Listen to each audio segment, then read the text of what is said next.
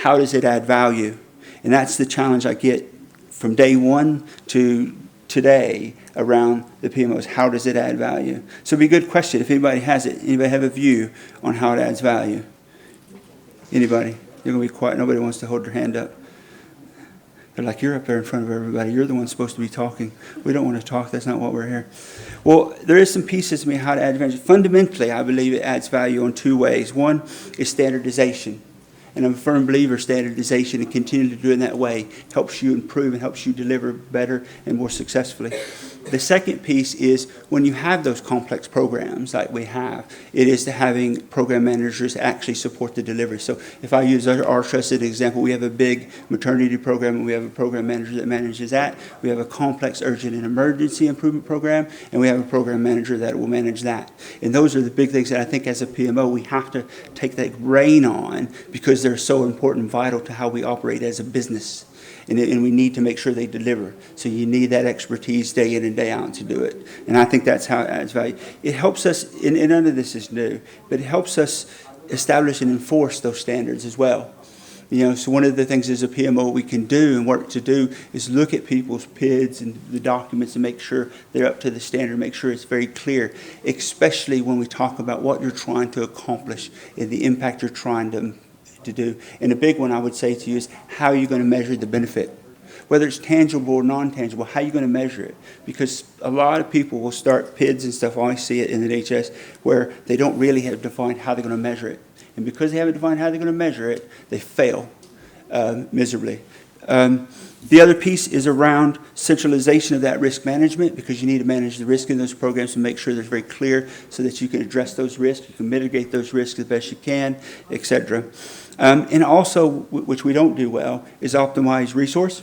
We don't do it well. We don't really do it well. And that's one of the things I'll talk to you about at the end about the collaborative and what we're trying to do. But we don't optimize the use of resources very well. We don't use the expertise of people around us very well. And that's what we need to do. And then the big thing for me in our collaborative and in our wider integrated system is knowledge sharing and best practice. What worked well, really understanding what went well and how did you make that happen?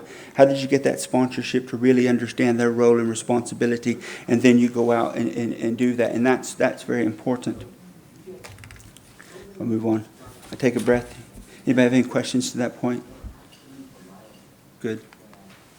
So the next piece, and you'll see some key themes start to flow through here, is we talk about value, but also how does it drive and support that change? So one of the things I'm big about and trying to continually be big about is clearly define the proposed change. Clearly define where you are and where you want to go. Because we know what we're trying to deliver is the thing in the middle. So if we understand where we are and where we want to go, we'll have a better picture. We want to ensure the proposed change aligns to the strategic plan of the organization. We love in the NHS to develop strategies. We love it. We love 5-year strategies, we love 1 year, but what we don't do is look at what we're doing to see how it aligns to that strategy and that vision and make sure it's delivering. And I think that's a very important one, and that's one we'll continue to work on. We want to have a comprehensive change plan in place. How are we going to do this, the methodology we're going to use, etc.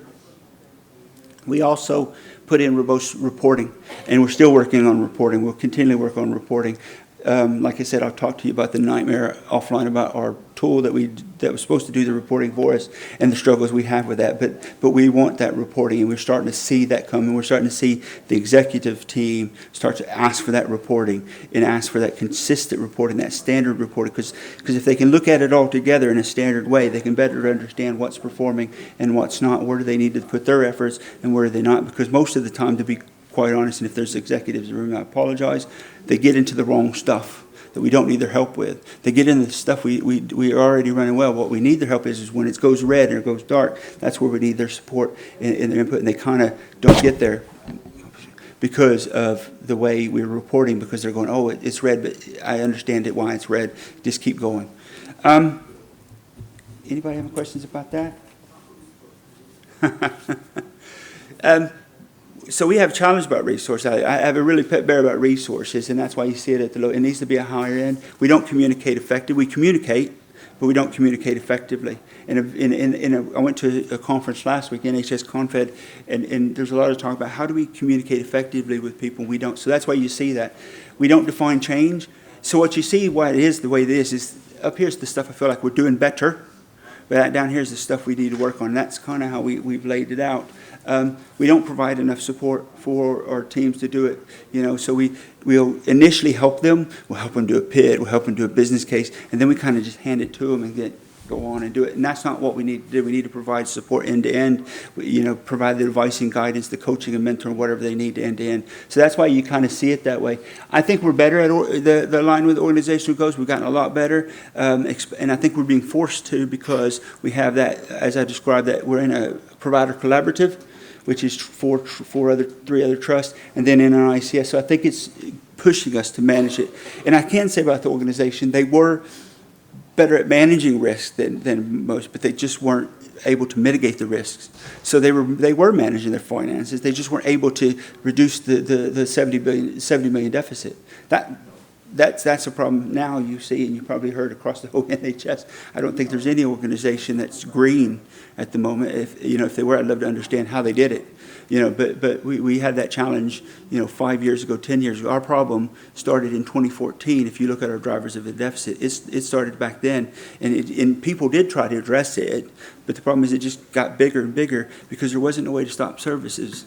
Because that's the thing. How do you address it? Well, you got to reduce your demand. You got to stop services. You got to stop bringing in clinicians, but you can't do that. And that's the problem. And we have vacancies, so we can't recruit, as you guys know, with the workforce. So we end up having to use a lot of banking agency. We can't reduce those costs as hard as we try. We went over the last year really trying really hard to reduce banking agency, but it's just not getting us there because it's back up. If you look at our month 2 of this year, we're already back up on banking agency. Why? Because we just can't recruit people and we can't retain them. It's very tough. When people, I've heard people, and you probably heard it, I've heard people tell me I can go down to Tesco with less stress and make more money than I sit here and work for you as a nurse. I get that. I actually, the work-life balance, people after post-COVID have changed their mindset on that, so I get it. So it's tough. Lessons learned with it. Once again, I ask, please make sure you define. If you're going to start establishing a PMO, you need to establish a PMO. Make sure you have it clearly defined with your executive team what it is. Resource requirements, I can't advocate enough about having enough resources. That was a huge challenge for us around it. I told you we had 4 people not trained, but even if they were trained, I'd still need at least 4 more people. So I did a modeling using House of PMO stuff and all that. And if I got the right size of central PMO, I needed about 8 people. I was very lucky. I got a head of PMO. I don't have a PMO manager anymore. I had a couple project support officers, a couple program managers. So it was difficult to get the resources to do that. But it also was difficult because people didn't understand the value that it would add. And that was a struggle we had with it. So what's clear is, I would say to you, and I think takeaways, clearly understand the business and what your need is. So like I said, we created a central PMO, but you might not need a central PMO. That might not be what you need. But make sure you understand the business and needs, what you need to deliver, what that PMO needs to deliver, and how it needs to support you as an organization. Like I said, and I'll say it many, many times, ensure the PMO is clearly defined, because that was the struggle in the beginning. People had different definitions of what a PMO was, different understanding of what they wanted the PMO to do, different wants from the PMO. So you had to be clear, because we couldn't do everything. We just can't. Don't ever underestimate the resources needed. I can't caveat that enough. There's a bunch of models you can use out there, but I can't caveat enough. I'm talking to the collaborative about the resources. They just don't understand how much resources needed to deliver the amount of stuff that you need to deliver. It's very hard for program managers in the NHS to work on one program and support others. They're so complex. I got one project manager for virtual wards and a program manager, because it's so complex what they need to do across so many specialties that you can't do it like some industry do, where they have one person working construction.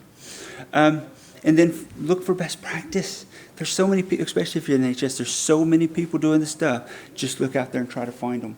And that's what I've done. House of PMO were great at that. Also working out the network. I used to look up people. Oh, I've heard that the ELFT or somewhere else is doing really great stuff. I used to look on the directory to find out who the PMO lead was and email them and ask, how are you doing this? What's resonating with your organization? Why is it going so well? If I found out people doing great stuff with efficiencies, I'd go and find, what are they doing? How do they improve it? So that's the key from me.